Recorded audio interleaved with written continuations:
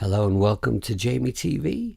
We are streaming 100% live on YouTube via Streamlabs from Starbug Studio. Thank you very, very much for joining me. Today I am going to be continuing working on my project, my kind of create a track on the fly as we go, making it up as we go along tune. In a moment I'm going to go over what we have in the project. Let me just make sure that the stream is up and running. Yep, okay. I'm seeing that on iPad number 2, and I have just for once remembered to turn down the volume on that iPad so I'm not hearing a delay of myself speaking. So go me. Hello Ed, I see you in the chat there, sir. Thank you very much for being here, young man. Now then, Ed, by the way, has got some stunning tracks on his YouTube, and I think Ed should put a link in the chat so that everyone can check those out. Obviously not instead of watching my stream, you know, check them out later. If someone could just type something in the chat so I know that everything's working fine, that would be nice. Okay, so here's where we're at with the project.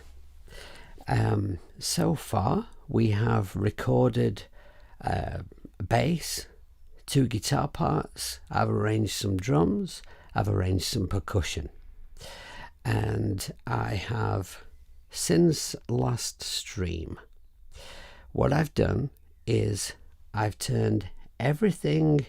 Oh, thank you, Paul. Thanks for letting me know. Thank you, sir. Okay, so since last stream, what I've done is I've turned the AUV3s that I had open, which was 2 instances of Paul's marvelous Digisticks. I've turned it into real audio.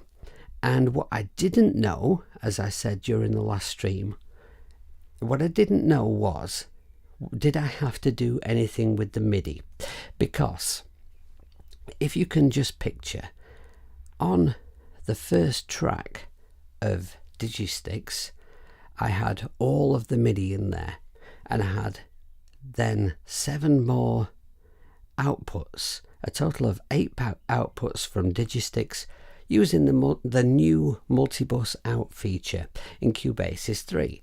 And so what was happening was, the MIDI from sort of the master track, if you like, was playing through all the multibus outs, even though I had no MIDI on those tracks. And I found that you could put MIDI on those tracks as well if you wanted, but I had no need to.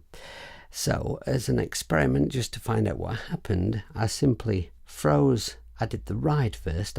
I froze the ride. I just went to the ride track, pressed freeze, and it froze all of the ride and nothing else onto that track without me doing anything with the MIDI. So I love the way that this works, and so I proceeded to turn all of my drums into real audio, which makes me very happy. And then I did the same thing with my congas. So I now have no AUV3s open at all, and the only thing in the project at the moment that is MIDI is the electric piano and the organ. Now my intention for this stream is to, because as you can see, I'm set up in a very sound test room kind of a style. I've zoomed right in on the screen because I don't anticipate playing any instruments or doing any singing in this stream. What I'd like to do is, by the end of this stream, have everything at a point where I can do some vocals, and then as long as when I get up tomorrow I don't have a stinking cold or a sore throat or anything, in tomorrow's stream I think I'm going to tackle doing some vocals. So for today, what I want to do is to find an awesome electric piano sound and an awesome organ sound. And I'm going to show you how the side chaining facility works in Cubasis 3, because that's another new feature. Now, I did say in my advertising, don't tempt fate, Jamie. Well, Paul, I mean, sometimes with these live streams, the best thing to do, is just to sort of not panic about it and go with it, because you cannot in any way ever be sure that everything's going to be okay. You just have to chance things sometimes. Like there was a stream, I don't think it was the last one, I think it might have been the one before, and I'd got this guitar sound, and I thought, this guitar sound is good, this is the sound that I want. I'm going to freeze this, and it might just sort of cut off my mic, and it might mean everyone waiting for just 20 seconds or something while it does it. But for someone who's watching who hasn't used that facility, because it's surprising how many people get to the end of a project and they've got a million AUV3s open in the project and they're trying to mix it down. So I thought, it'd be good to show people what happens when you freeze a track and turn it into real audio and close off your AUV3s. So I did it, and it took like absolutely ages. And people in the chat were saying, press cancel, it's not going to work. It did actually work, but it took ages. And I was sat there thinking, I wish I could like juggle, or, maybe I should have like had a puppet show planned just in case of such an eventuality. But anyway, so what we're going to do is we are going to have a look at sidechaining. Now, I've realized that this is not a brilliant project for showing sidechaining. An electric dance track would be much more appropriate. And what I'll probably do is make a little video in a project that's much more suitable to show off some of the things you can do with sidechaining. But despite the fact that this is not the perfect project to show it off, I'm going to show you anyway, because I know a lot of people want to know about it. Now, for me, sidechaining is something that in this kind of project, which I look at as being sort of a sort of light rock kind of a project. It's in that sort of Bowie kind of vein. It's not metal. I've not got any strings in the project though, Paul. I've got what I'm going to do is I'm going to show you with the kick and the bass. Now, in rock, some producers would use sidechaining to make the bass guitar just duck a little bit to make the kick shine through, and in metal in particular, it's used quite a lot because bass will tend to bury that kick drum. But I've realized that I've kind of got hi Doug, thanks for being here. We've got an expert in the house in case anything goes wrong. I've realized that I've actually got a kick drum sound which won't really need the bass to be ducked, I don't think, because it cuts through anyway. But I can still use those sounds to demonstrate it. So what we'll do is let's make the bass and the drum, yes, we'll move the bass so that it's sat right next to the kick drum.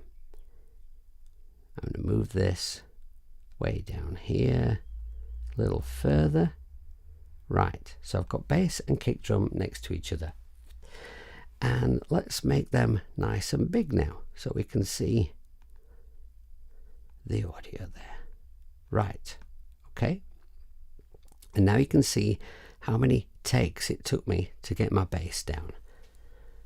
Right, I did do it in a live stream though, so and there's been no audio editing after. I've left it as is, imperfect and better for it. So what I'm going to do is I'm going to open my little sidebar here. Now what I need to do in order to sidechain the bass, actually as well, what I'll do is I'll solo my mic right now, because I'm going to solo the bass and the kick. Right, I go to insert effects on the bass. Now I'm going to show you this first off with the the Cubasis channel strip. Right, now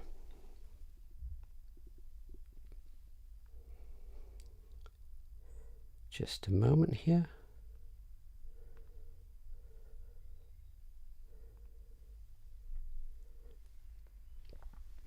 Okay, now I'm spotting a problem.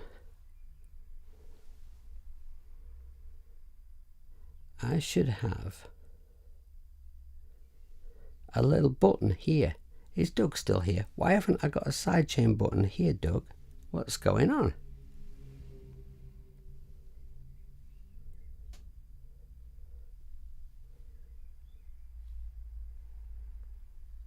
Let's just open another one and just see what's going on here.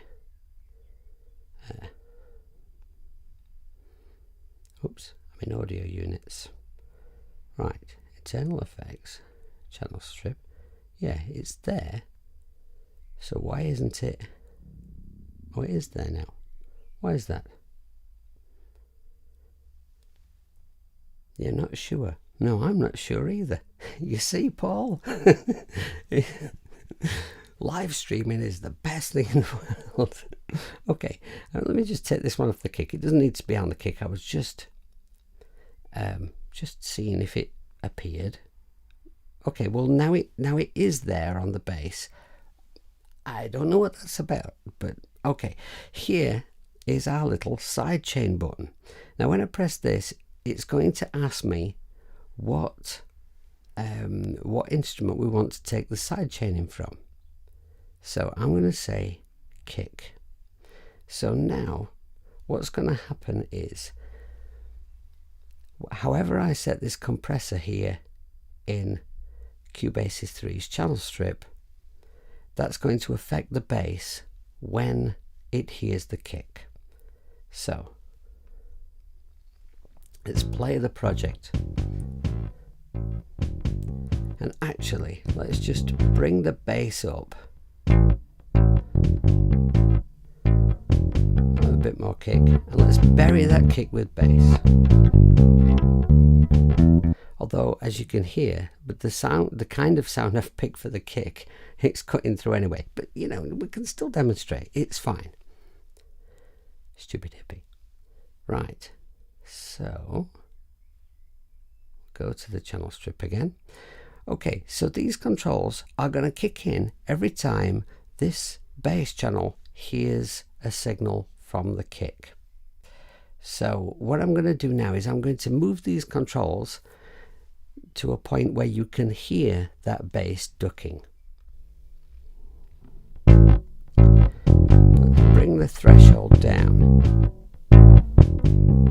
Take the ratio up. There you see. So that's kind of an extreme example. It's ducking so bad that, I mean, it sounds awful, but you can hear that it's doing it.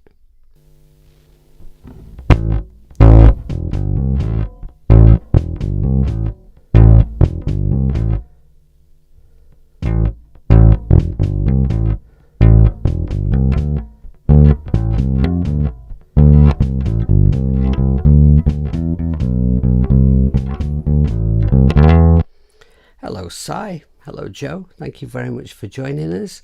All right. So it's not a good sound, right? Because, and in fact, really, I don't really need it in this track. But that's how it works using Cubasis 3's channel strip. I've not really had great results using it, to be honest. But I have had good results using it in other kinds of tracks. And it did work well for me using slap on real bass. So let's now have a look how this would work in an AV3. So I'm going to go here and I'm going to get rid of Cubasis 3's channel strip, which, to be honest, I've never really liked that much. I've never really used it that much. You know, it's all right, you know, but there are AV3s that do these jobs better. So let's go up and find slap, which is awesome. And there's a good reason why I want to demonstrate this with slap, which you will see shortly. Okay, now when you use an AUV3 for this function, what you've got to remember is that there's probably a place in that AUV3 where you press to say that we are sidechaining. So first of all, I press my sidechain button and I tell it to listen out for the kick. And then I need to press this button here, external sidechain. And then we play the project.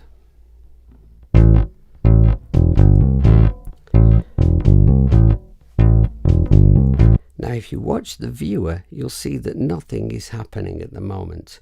What I'm going to do is I'm going to move the controls so that you get an exaggerated duck on the bass, and because I've chosen Schlap, you'll get a great visual representation of this, if I can set it right, that is.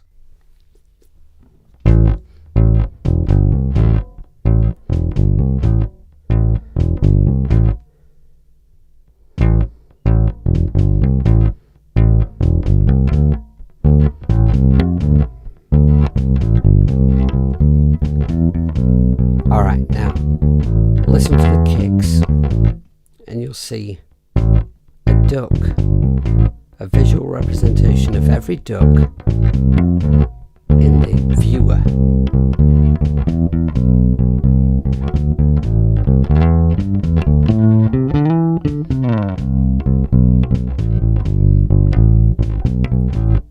The more I bring down that threshold, the more it ducks.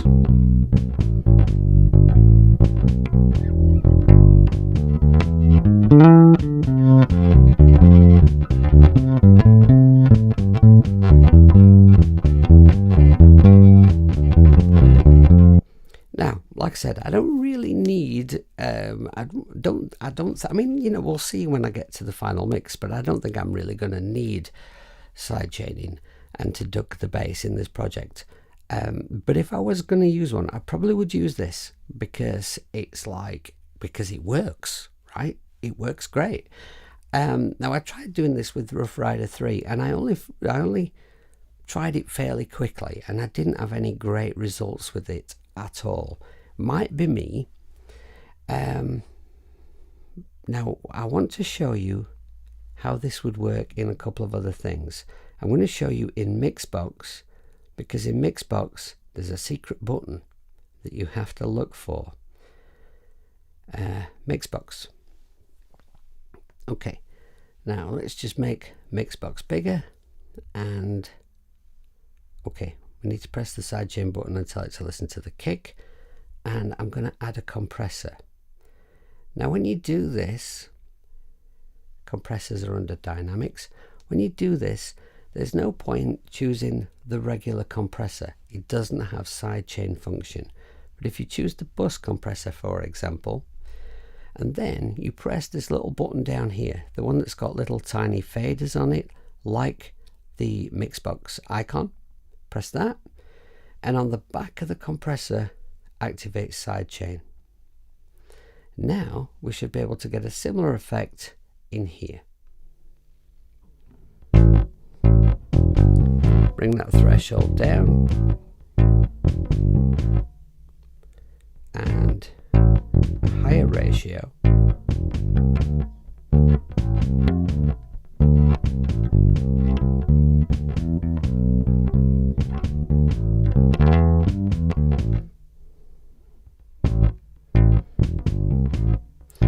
And there you can hear we've got quite a nice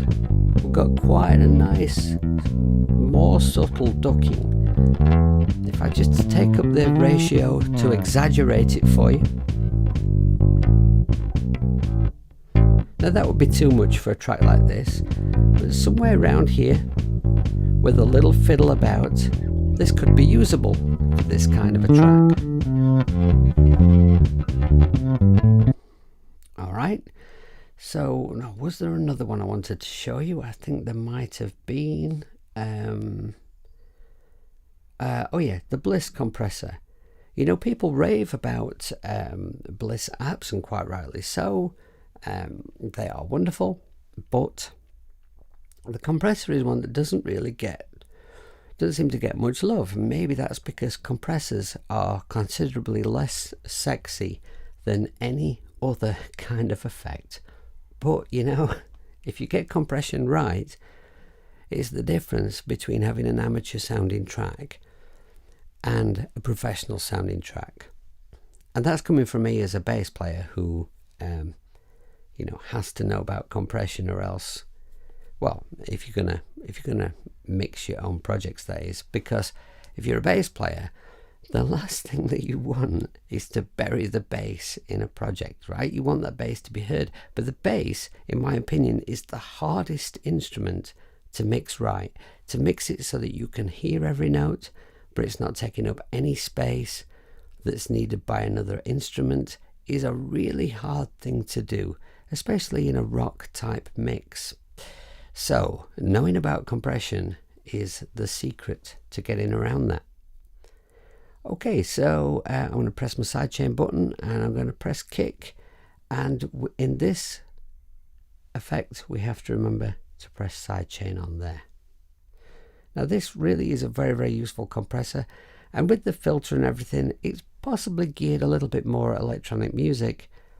And I'm going to make a little Jamie TV quickie video where I show you how to automate the filter, which is a fabulous thing for electronic music. I'll probably use Cubasis 3 for that, I think.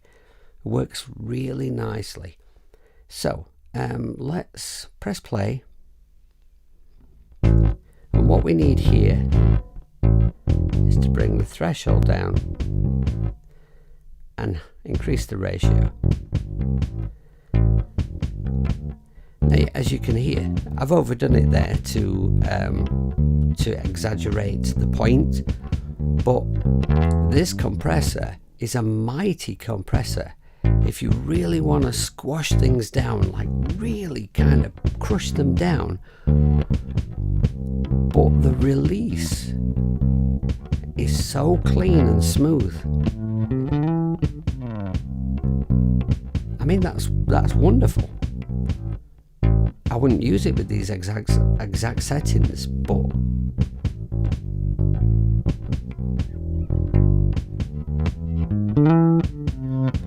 that is an awesome compressor. If you don't have the Bliss compressor, I do highly recommend it. Okay, but as I said, I don't think I necessarily need sidechaining in this project, so let's get rid of it, okay? I hope that I've reasonably well explained how that works for you.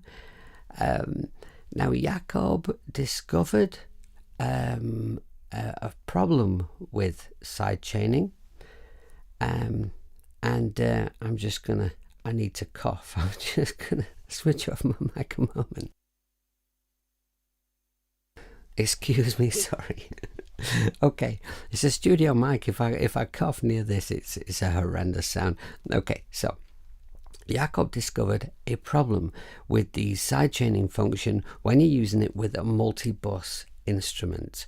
Okay, so if you're interested in this sidechaining function, then go and check out Jakob's video. I think it's his most recent video, and it's very, very well explained, and I'm not going to try and repeat it here by sort of copying what he explored in that video. And Steinberg are on it, and there is going to be a fix. You know, it's Steinberg, so it's not going to be like Music Man Paul speed fix. It's not going to be like, you know, fixed by tea time. It might be by Christmas, but anyway, that's just my little Steinberg mound there. Okay, so now what I need is, let's just go to my mixer and take off my solos. I don't know if you know this, but if you have some things muted or soloed, you can remove them all by pressing these mute and solo controls in the right hand side here. Now, if I just go to small mixing desk, you see I've got quite a lot of things in my project right now, but I have no AUV3s. We have all real audio. He found out it doesn't work on the multi-outs in the multi-channels. it crashes the whole program. Yes, that's right, it does. It does, and he demonstrated that very, very nicely. Okay, so I have this piano and this organ up here, and I want to get some sounds sorted for them. Find a nice sound and then export it to real audio, so that my whole project is real audio, because hopefully tomorrow I want to get on with recording the vocals, and at that point I don't really like there to be AUV3s in the project anymore. I like it to be all real audio. So we used an electric piano sound, an internal Cubase sound for this. Let's solo that and just have a listen to what that sounds like.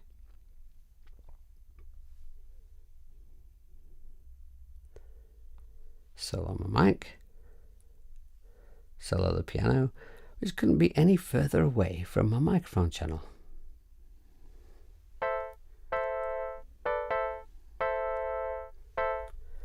Now, it's not the most beautiful electric piano sound in the world, but it's in the ballpark of the kind of sound that I think sits nice in the project. Okay, now let's have a listen to the whole project with those new guitars and everything.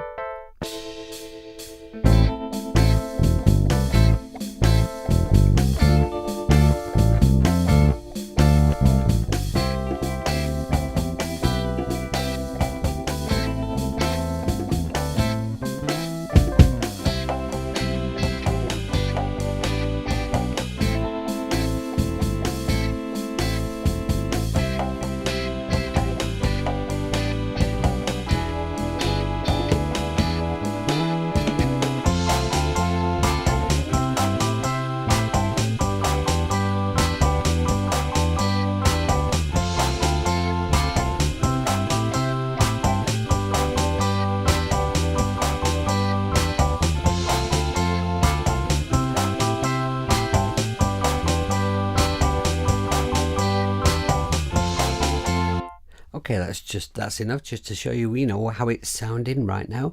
Thank you very much, Ed, but it's not really a mix. All I've done is I've dragged the faders into a sort of a position where you can sort of hopefully hear everything. But as you will see at the moment, everything is right down the middle. Nothing is panned apart from the two guitars, which are the only thing that have reverb on them right now, because they're the only sort of finished sounds I have in the track. For me, there's no point starting panning things and everything, although I'm always itching to pan the drums, but there's no point doing that until I've been through each and every instrument and used my AV3s for compression and EQ and effects, get my reverb levels sorted, and then turn that into real audio again, and then I can start with my pans and stuff, finding that nice little space for everything to sit. But at the moment we've only got these two guitars that are sort of finished sounds. Let's just solo them so you can hear how they work together, because I'm quite proud of how they sound.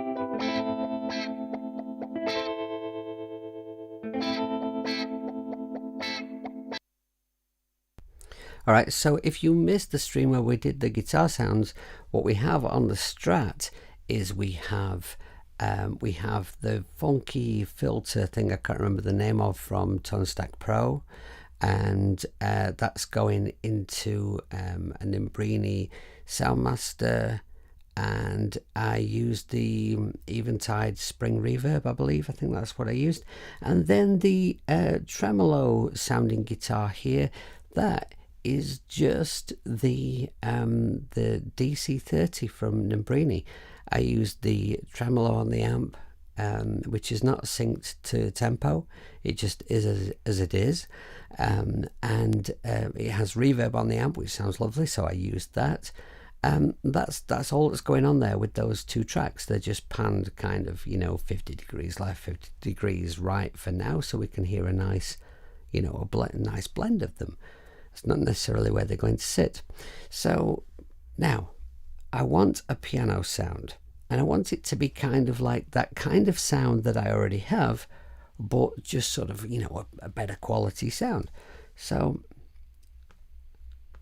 I'm going to solo out my mic, and then we can solo out the piano, and then we'll find an AV3 for it. Now, for me, I don't have tons of electric piano AV3s, I don't think. I do have the 70s keys ones. That has some nice sounds in it. Now, guys, in the chat, tell me if you were looking for an electric piano sound for your track, what would be your go-to plugins for that? Now, I do have Neo Soul Keys Studio 2, which is very, very cool.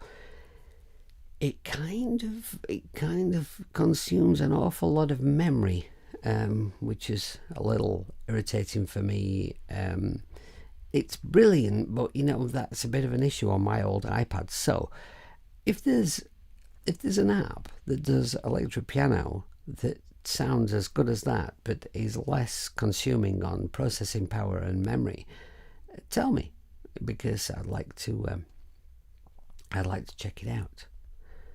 Okay, so just looking at the chat here. Do I freeze the audio tracks after I'm satisfied with them?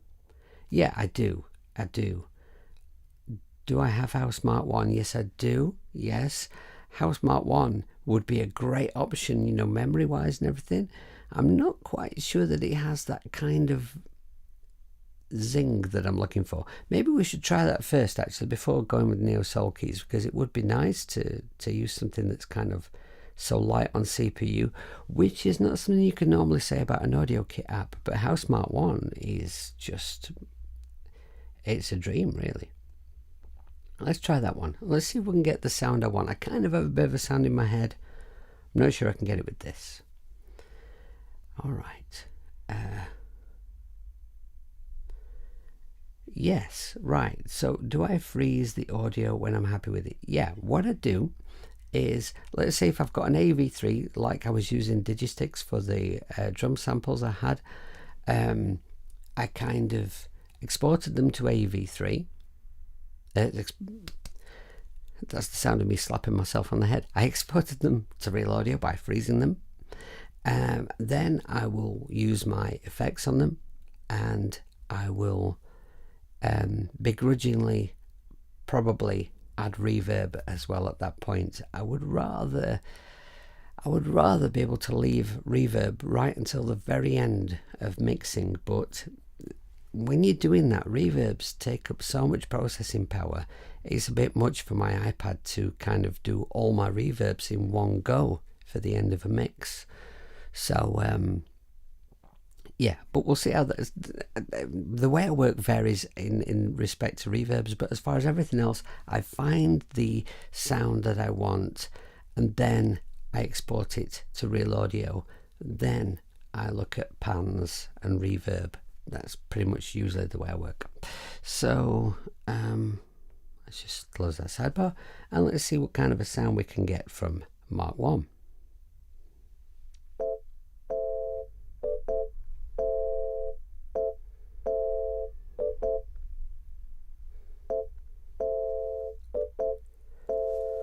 Let's see. Don't think I want tremolo on it because I've got tremolo on a guitar, so make sure that's all the way off. Maybe not phasing either. I like the key noise. I like to have some of that in there.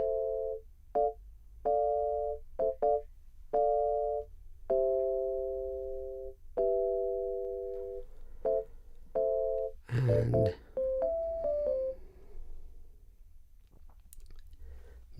I'm not feeling actually. Let's just. I'm more concerned how it's going to sound around the chorus section, which is there, I believe.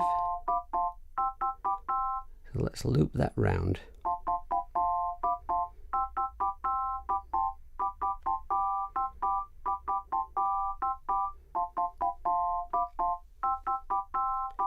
Okay.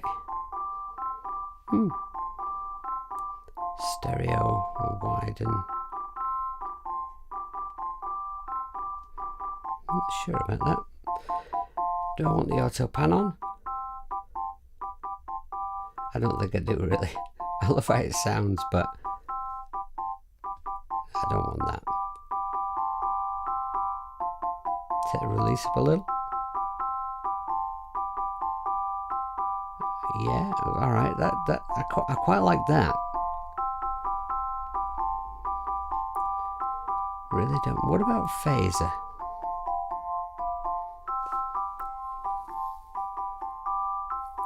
I am a sucker for a phaser.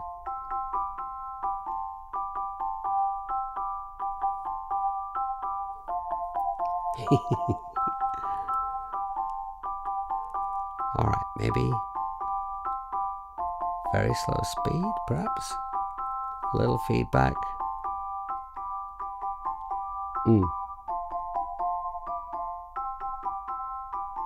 Maybe. We'll see what that's like in the mix. I'm not sure about that. Okay, and then some reverb. I'm going to take that phaser off while I do the reverb, I think. Right.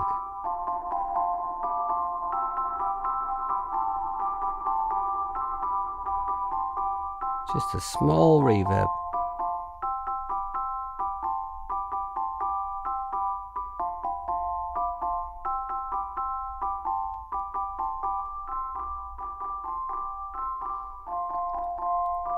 I'm not sure about the stereo thing. I think I'm going to leave that off.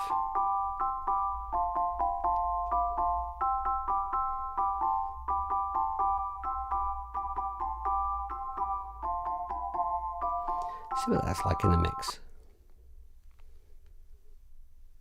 Oh yeah.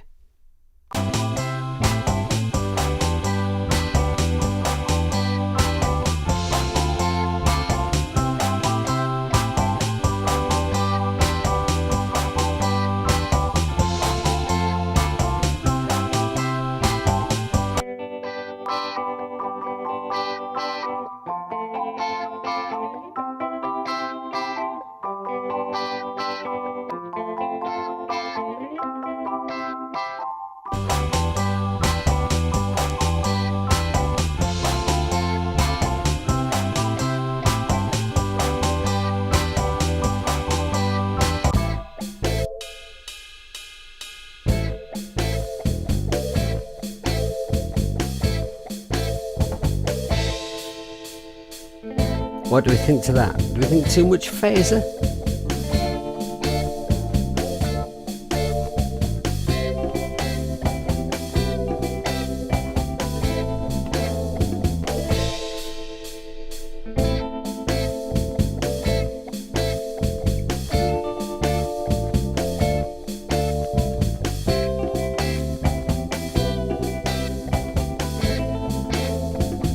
Sounds a little bland without the phaser, I think.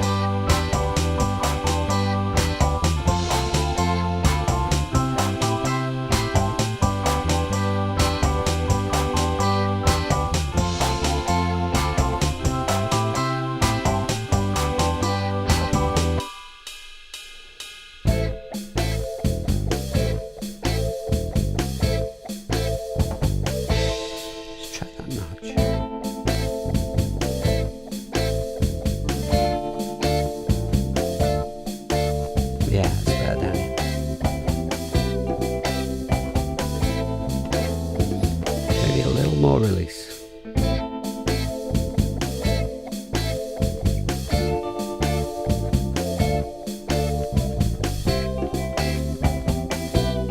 No, that makes it too muddy.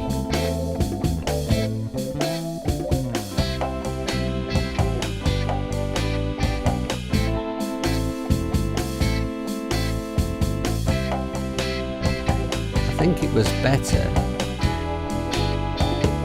for this section like this.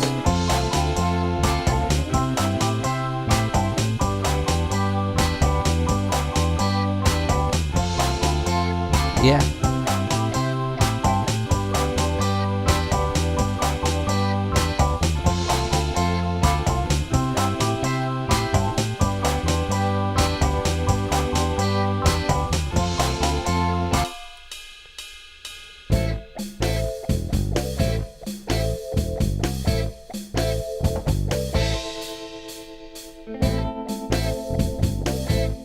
Okay, I'm quite liking that, and I'm really pleased that that's worked so well without going over to Neo Soul Keys, because it is an app that can tend to make my old iPad crash a bit.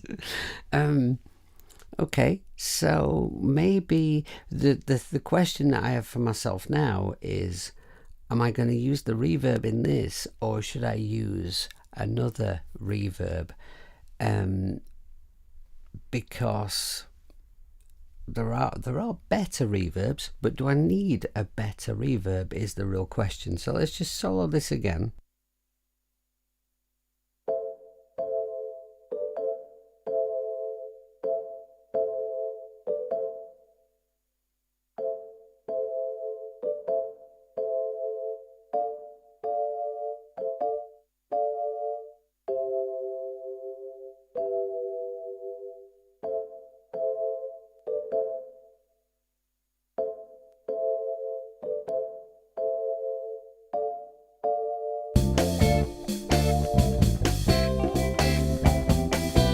I think in truth, although I have a great number of fabulous sounding reverbs, I don't think that really needs anything more than that. It sounds nice as it is. It's not prominent in the mix. It's just gonna, it's just filling a little space. It sounds all right as it is. So I think I'm going to go with that. Now, shall we try freezing? Shall we risk it? Now, if I try and freeze this track, right, and it does that thing where it looks like it's going to take 80 years, then I think everyone just go and grab a cup of tea and a slice of cake, I think. Right? Because there's no telling, right? There's no telling. Okay, one thing that I usually do before I freeze is I just have a look at my mixer with that track soloed. Okay, so just bear with me, my mic's going to go off a moment.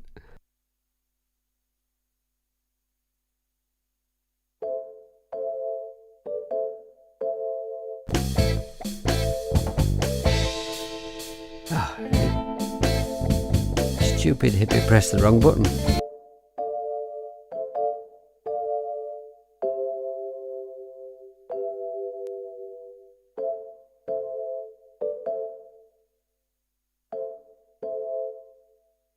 Okay, the level looks alright, so we should have a reasonable freeze experience here. Do I have real-time freeze turned on? No, I don't, Paul. But for anyone who wants to know how that works, you go into here, and it's not just there, is it? Mix down and freeze, it's in there. Okay. Now, if you have difficulty with exporting, with doing some freezing, turning, a track into real audio, if it crashes or if it is glitchy, or sometimes you'll get a frozen track that plays slightly out of time, things like that, then you can press this button here, and then when you freeze, it will do it in real time, but it usually does it right if you do it that way. You just activate that with this button, and then you have to remember to take it off which of course everyone always forgets, and it's incredibly annoying. So then while it's freezing, you press cancel, and then it crashes, and yeah. Right, we're going to give it a go. Cross your fingers.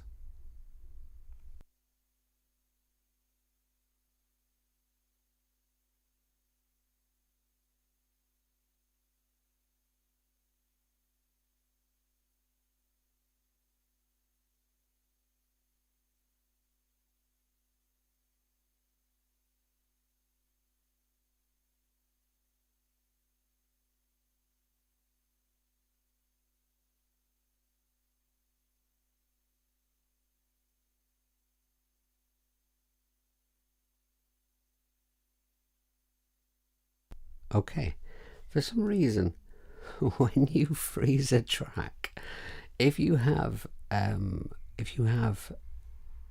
audio input activated, your little blue speaker, like I have this microphone channel activated so I can talk to you, it switches it off and it doesn't put it back on.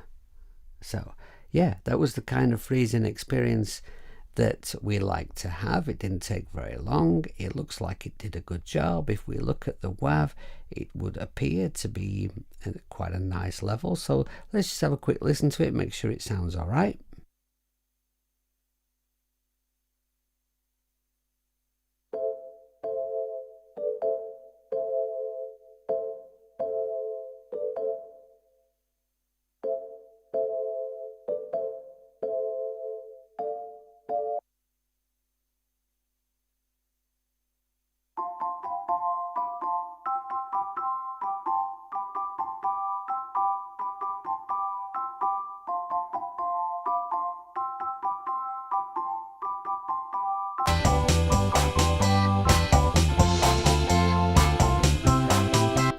All right, I think we made a good choice there. I love how you can hear like that little bit of key noise in there. I think the reverb it's a nice level.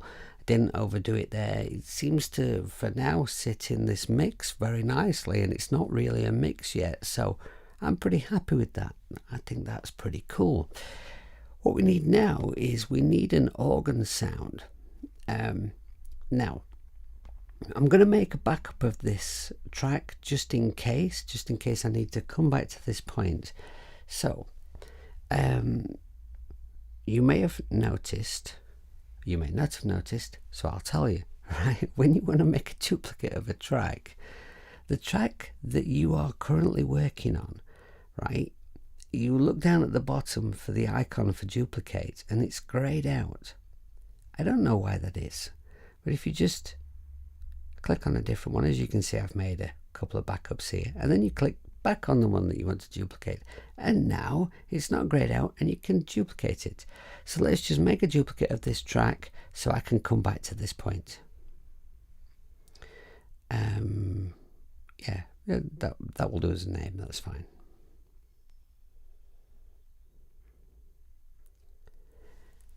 Okay, that's a little slower than it normally is. I have to say though, I am running out of memory on my iPad. I'm going to have to take some things off the iPad. This iPad is a 2017 5th gen, and I got the biggest memory that was available at the time, which I think was 128. I think I'm right in saying that. And at the time there was a huge memory for an iPad. I went for big memory, not cellular, and yeah, it's surprising, isn't it, as you go along, just how much you actually need for all those apps that Paul keeps making.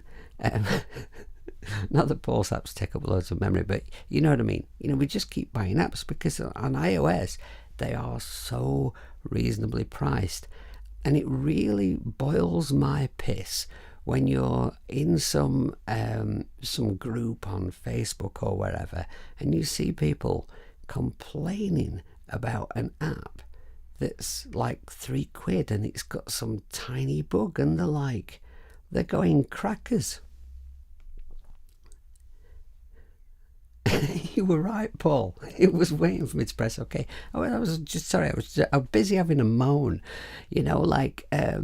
Like the amount of moaning that you hear about these apps that would cost, like, if you've got the equivalent on a desktop, it might cost you £100 and it's £3, right? It's £3 and it's got a tiny bug in it, and they're all pissing and moaning about it. The iOS platform for music is young, it's new, So, I'll calm down, right? I'm calming down now. I need a biscuit. I think it's my blood sugar. Right, so now I am going to get rid of this track. The biggest problem, the biggest mistake that people make when working in a digital audio workstation on iOS, without a doubt, is they want to keep their AUV3s open for as long as possible. And I very, very often see people struggling with projects and try and help them, and they've invariably got tons and tons of AV3s open, and the device simply cannot cope with it. So you have to kind of work along through your project the way I am with this. You get so many sounds together, you start to get your mix together, you get your ideas together, and then you start to find some sounds, export them to real audio, get it down to real audio. That doesn't take up much processing power. That's how to work. There was one guy as well, I'm just going to tell you this because this is hilarious, right? There was this one guy, and he posted a video of his project that he was struggling with, right? He's in Cubasis 3, he's got this project, he keeps crashing, he keeps having issues, he's got loads of AV3s open. He's just sort of made this quick little screen recording video to show people, to say, well, what's wrong with my project, what's going wrong? So he's got all these AV3s open, right? And then he's kind of, when he's kind of pressed his home button to come out of Cubasis 3 to stop the screen recording, he had got over 20 other apps open. Like, what are you doing? They're all using power, man. Anyway, sorry, there's another moan. I'm having a moany morning. Well, it is Monday. Right, we need an organ sound. So the organ kicks in here. I want to just get a loop around here because the organ doesn't play through the whole track. So we'll get a loop and we'll put it on this pre-chorus from here to the end of the chorus. There, right? Now, organs I have to choose from. Actually, let's just play the internal sound organ, right? So we're using this one.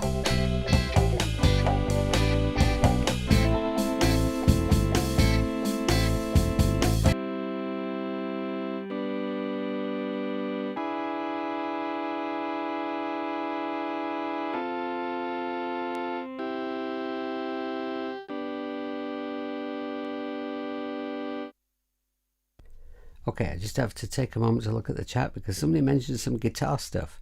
I bought Tone Stack Pro for around $40 compared to Amplitude 5 Max for $399 for the desktop version, right? Yeah. You know that Amplitude 5 is coming to iOS, don't you? Which is pretty exciting. I can't tell you how much it's going to be because I don't know. But I am friends with IK Multimedia. I will be definitely doing something on that when it drops. I'm pretty excited about that.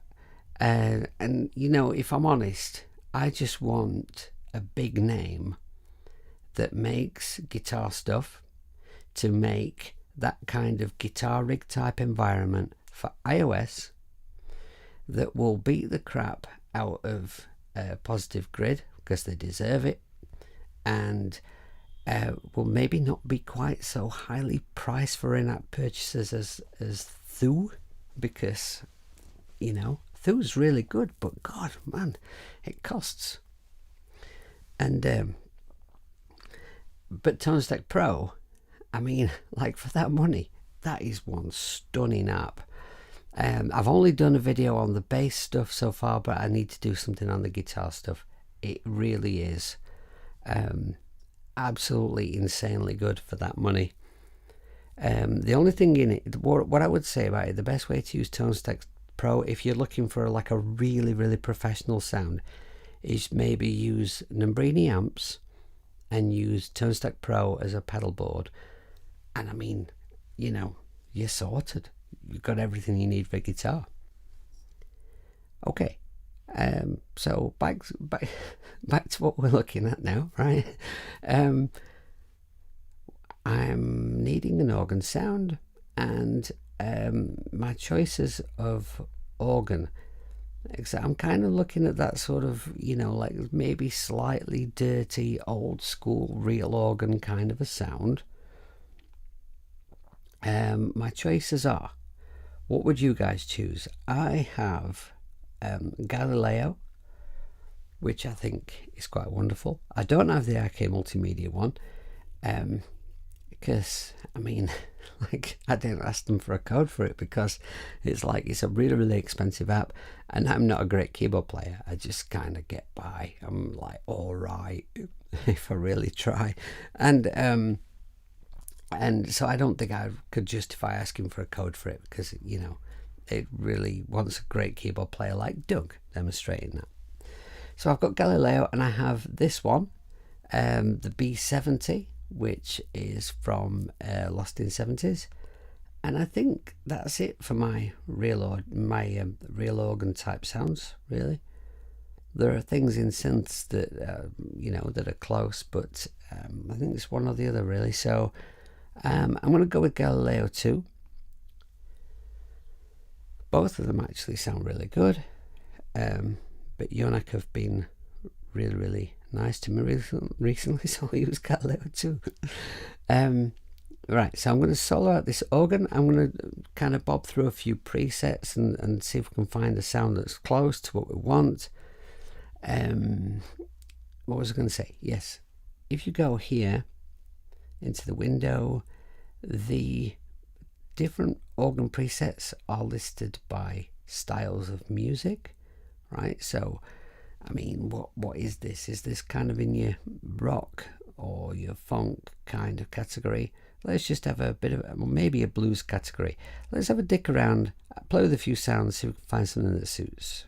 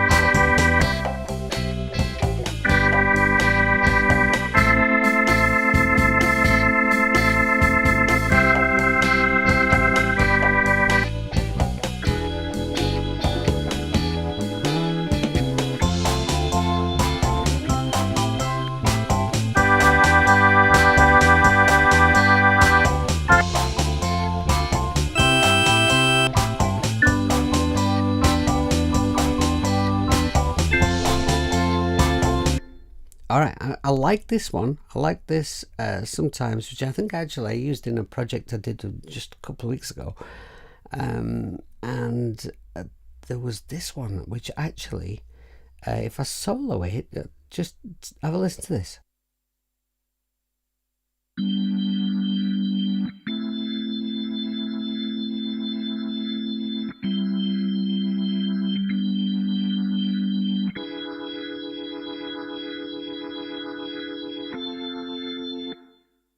Yeah, I quite like that. I quite like there's some low end to that, but I could probably maybe just scoop off a little low, and that might be the thing. Let's just let's see what it's like in the mix.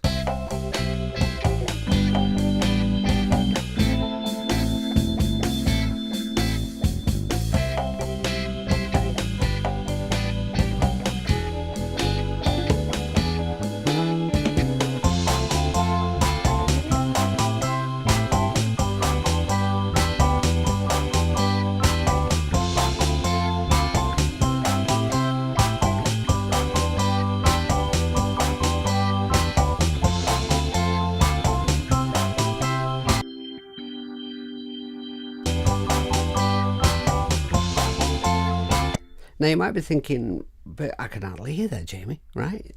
It's pretty much buried, and that would be the case.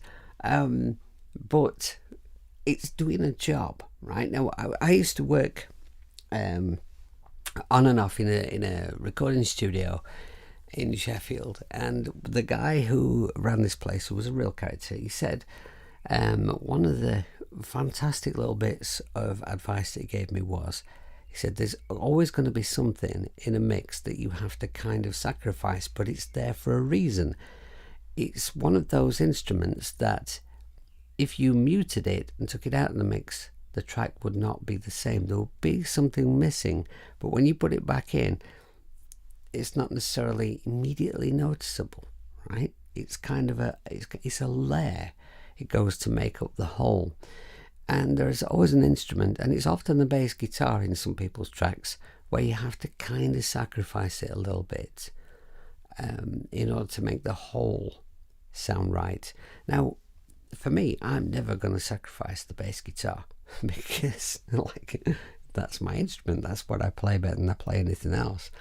So let me just see if I can demonstrate what I mean here.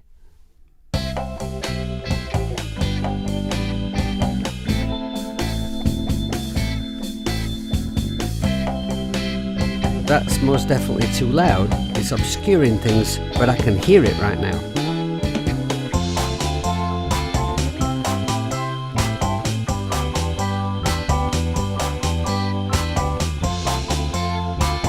Okay, now it's not immediately noticeable, it's a bit quiet, but if I take it out,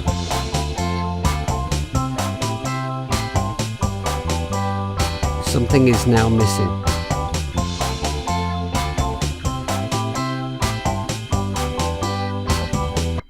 Alright, so I think that's pretty good. So let's just go into that sound and have a little... Does everyone like that, by the way? Tell me what you think in the chat. If you think it's, if you think it sucks, tell me. You'll not upset me. Okay, so, right, so there are my settings. That's my preset. And you know what? I'm kind of like in keyboardy type stuff. I tend to be a bit of a presets kind of a guy. I do dick around with stuff. I do, kind of pissy pants about with stuff until it sounds like the way that I want it to sound. But I'm not an expert with keyboardy type stuff, so I'll go for a preset first that's really close to what I want, and then I'll arse about, or I just won't. If it sounds great as it is, why arse about? Hey Andre, thank you for being here, sir. Shouldn't you be doing some work, young man? Hope the family are well, young fella. Now then, let's see. Let's just go. I'm not going to touch this. I'm not going to arse around with this at all. Don't need no effects. That's what I wanted to look at. Now, let's see. Effects.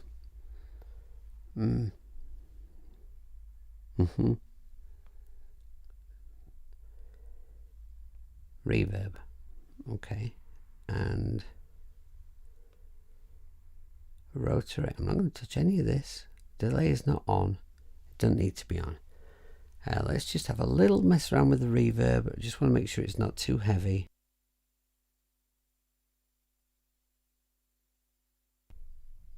And then I'll be happy to export this once I've checked this.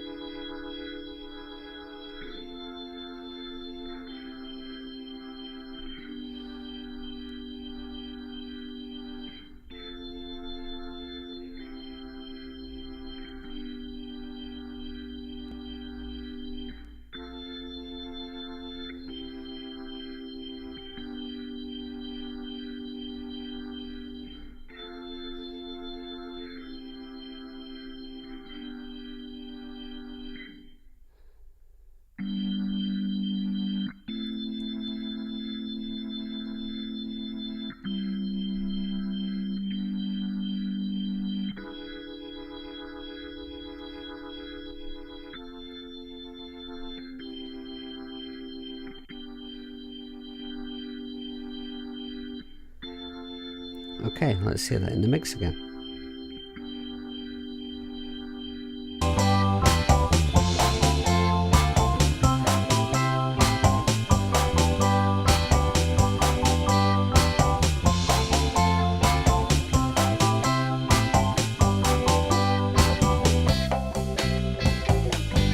Okay, right. I think that's great. Before I freeze this, does anyone have any reservations about the organ? Because I'm liking that. I think that's pretty good. While I wait for people to reply in the chat, I'm just gonna have one more moan about the fact that I cannot. This is a piano and I can't make it be white, and I really want that to be white, but Cubasis 3 does not give us white, which is very upsetting. The organ, I would normally make this brown colour, but I've got my guide track as that, so I'm going to change the guide track because I just have to have things certain colours, or else, you know, it upsets me. Okay, there, right, and I think I had something selected earlier and accidentally changed the colour of it. Maybe it'll flag up to me at some point. Ah yes, there we are. Drums are red. Okay, right, let's be really, really brave and freeze this off. I'm going to do this.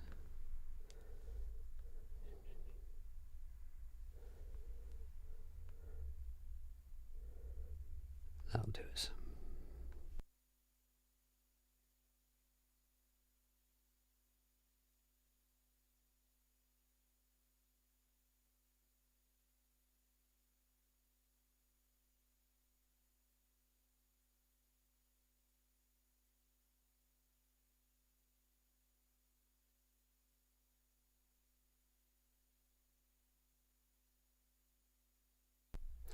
Okay, so I forgot to do something before I froze it, and we're going to have a look now and see if we're going to get away with it.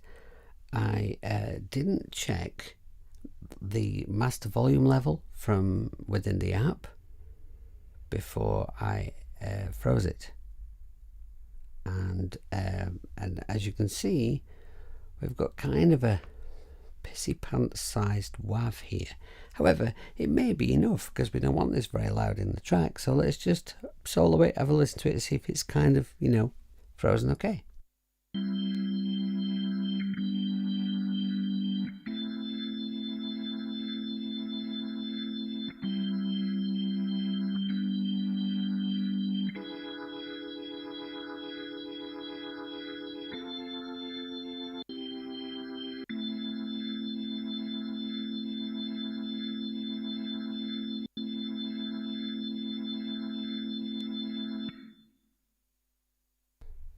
Well, it seems to sound okay.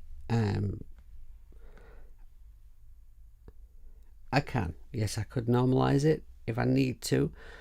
But for me, if it's loud enough for the mix as it is, then I won't bother. I'll just leave it as this. Let's see what it's like in the mix.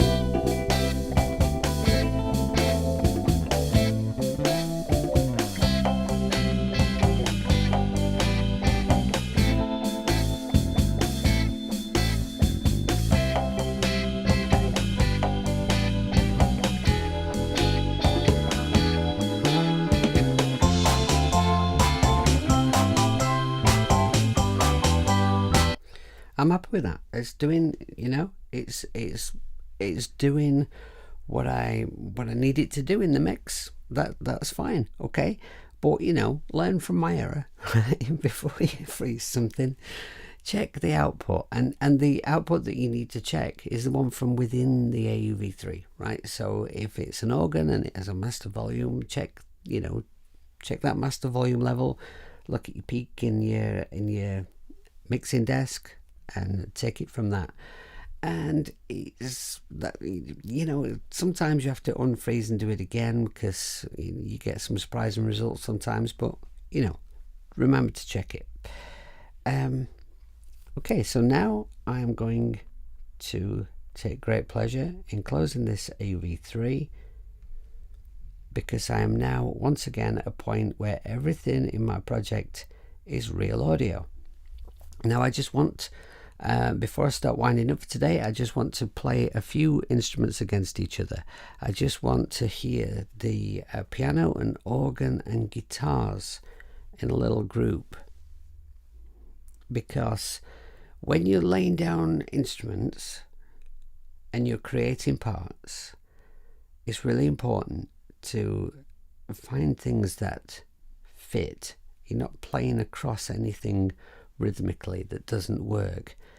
Not playing, if you're playing an arpeggio on something and you've got, let's say if I'm playing an arpeggio on guitar and I've got a piano part that's moving, right, moving to different voicings of the chord perhaps underneath, making sure things like that don't clash.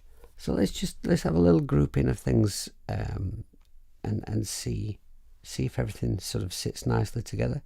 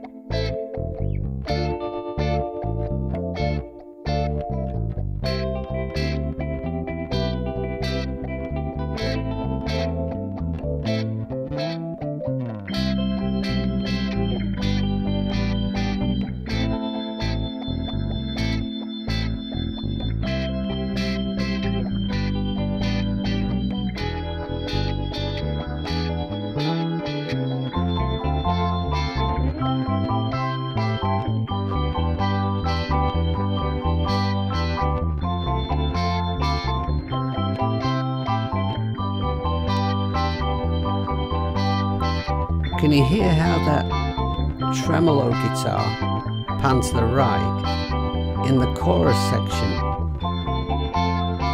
It's like it disappears, like it's too quiet. But if I take it out, it sounds so much more empty.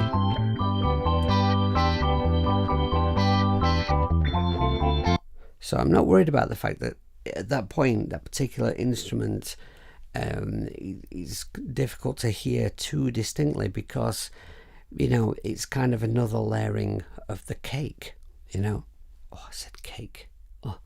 And it is doing a job, If you listen closely enough, when I get the pans all sorted out, maybe it will be a bit more audible than it is right now. Anyway, right, so for me, for now, for today, that's as far as I'm going to do, as far as I'm going to go. I've got all real audio.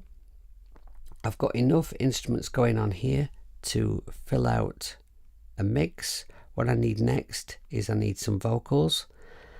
And so tomorrow is going to be all being well, something that I can't believe I'm saying I'm going to do, but it's going to be tracking vocals in a live stream. And I'm not the best of singers. I am a bit pitchy and not very confident about singing, really, if I'm honest. And I refuse to ever use auto-tune because for me it's the devil. So thank you very much for watching today.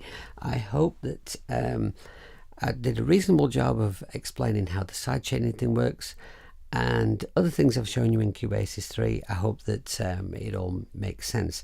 If today's little session has thrown up any questions for you, if you want to ask more detail about anything, then by all means comment below the video or ask me right away in the chat now. I do always reply to all comments on my videos. And there's also below my video, there's my email address, there's all my social media, there's my website, my Bandcamp, my Patreon.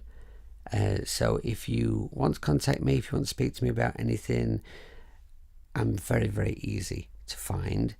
And if you want to support the channel, all the stuff is down there for you to do so if you wish. My choice would be, if you want to support the channel in some way, my favourite way would be for you to use Bandcamp to do that, because if you purchase a track from me, you can pay what you want for it, or you can get one of the fabulous Don't Pissy Pants About t-shirts. Okay, right, so that's enough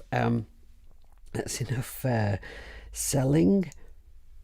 Thank you very much for being here. I really, really appreciate you joining me for a stream at this slightly awkward time of day, which I can't help, I'm afraid. So until tomorrow's stream, please take care of yourselves and be good people. Make some music, be nice, and don't pissy pants about. See you later.